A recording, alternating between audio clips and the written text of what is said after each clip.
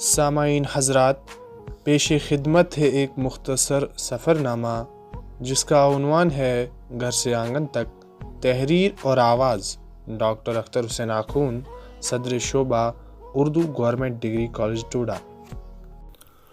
بابا، باہر چڑیوں کا بہت شور ہے، کہیں ہمارے آنگن میں شیر تو نہیں آیا؟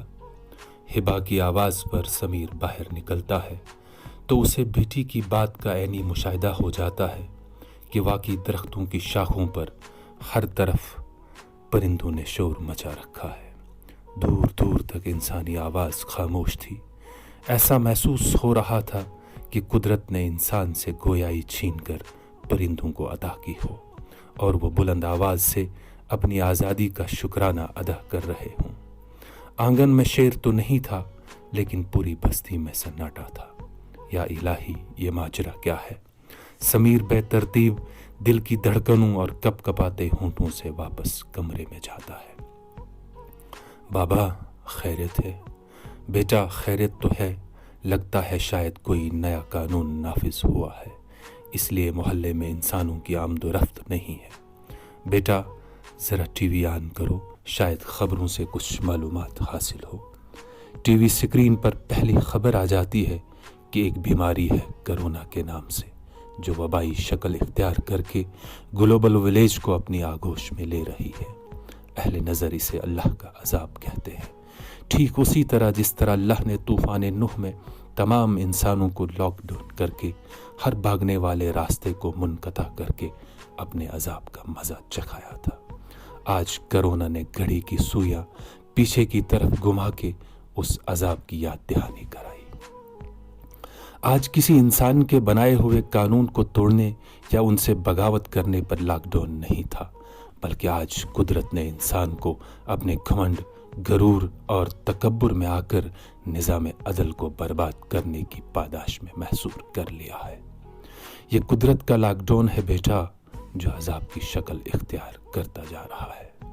لیکن بابا، یہ پولیس اور فوج ہمیں گھر سے باہر جانے کے لیے کیوں روک رہی ہے؟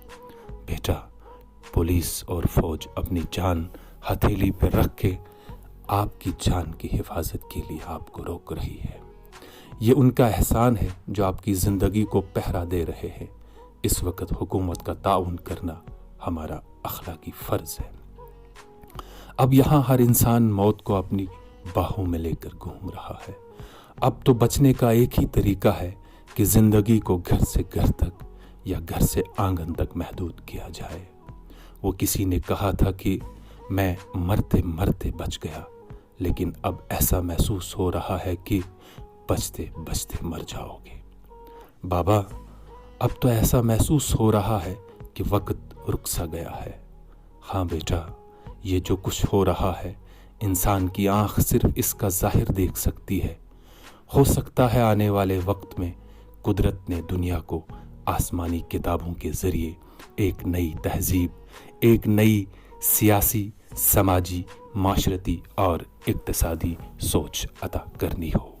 علامہ اقبال نے بہت پہلے کہا تھا، سبق پھر پڑھ صداقت کا، عدالت کا، شجاعت کا، لیا جائے گا تجھ سے کام دنیا کی امامت کا۔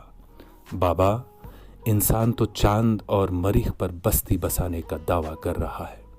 اسے تو اپنی ٹیکنالوجی اور ترقی پر بہت ناز ہے۔ وہ تو چند سیکنڈوں میں انسانی بستی کو خاک میں ملا دیتا ہے۔ پھر یہ معمولی کیڑا؟ ہاں بیٹا، یہ معمولی کیڑا جب اللہ کا سپاہی بن جاتا ہے تو پھر بڑے بڑے نمرود اس کے سامنے بے بس ہو جاتے ہیں۔ اسی معمولی کیڑے نے نمرود کے تکبر و غرور کو ناک میں گھس کر خاک میں ملا دیا تھا۔ بیٹا، اللہ کی پکڑ بہت سخت ہوتی ہے۔ اب تو پوری دنیا کی یہ حالت ہو گئی ہے کہ کہانی میری روداد جہاں معلوم ہوتی ہے۔ کہانی میری روداد جہاں معلوم ہوتی ہے، جو سنتا ہے اسی کی داستاں معلوم ہوتی ہے۔ اگرچہ گوشے نشیں ہوں شاعروں میں میر، پر میرے شعر نے روئے زمیں تمام لیا۔ سمیر جب گھر سے آنگن کا سفر کرتا تھا، اسے سامنے مسجد کے چبوترے میں بیٹھے مفتی صاحب سے ہم کلامی کا موقع مل جاتا۔ تمام عبادت گاہوں پر تالے تھے، آج عبادت گاہوں پر حکومت کی طرف سے کوئی پہرے دار موجود نہیں تھا۔ آج قدرت کے سپاہی عبادت گاہوں کی دہلیز پر کھڑے ہو کر انسانوں کو اندر داخل ہونے سے روک رہے ہیں، شاید یہ احساس دلانے کے لیے کہ تیرا دل تو ہے صنم آشنا، تجھے کیا ملے گا نواز میں۔ سمیر چبوترے پر بیٹھے مفتی صاحب سے پوچھتا ہے، کیا یہ کرونا اللہ کا عذاب ہے؟ ہاں سمیر بھائی، یہ انسان کے اپنے ہاتھوں کی کمائی ہے۔ خیر اور شر میں سے جو بھی راستہ انسان اپنانا چاہے، اللہ وہ راستہ کھول دیتا ہے۔ سمیر مفتی صاحب کی خدمت میں یہ مشورہ پیش کرتا ہے کہ ابھی ہماری بستی کو اللہ مہلت دے رہا ہے، کیوں نہ ہم اپنے اپنے گھروں میں اپنے اہل خانہ سمیت ایک مقررہ وقت پر تمام بستی کے لوگ ایک ہی وقت میں اجتماعی توبہ کریں، شاید اللہ اس بستی سے یہ عذاب ڈال دے۔ سمیر بھائی، مشورہ تو آپ کا بالکل صحیح ہے، میں قوم کے بڑے لوگوں سے مشاورت کر کے آگاہ کروں گا۔ جی مفتی صاحب، آپ کے فیصلے کا انتظار رہے گا، مگر اللہ کے فیصلے سے پہلے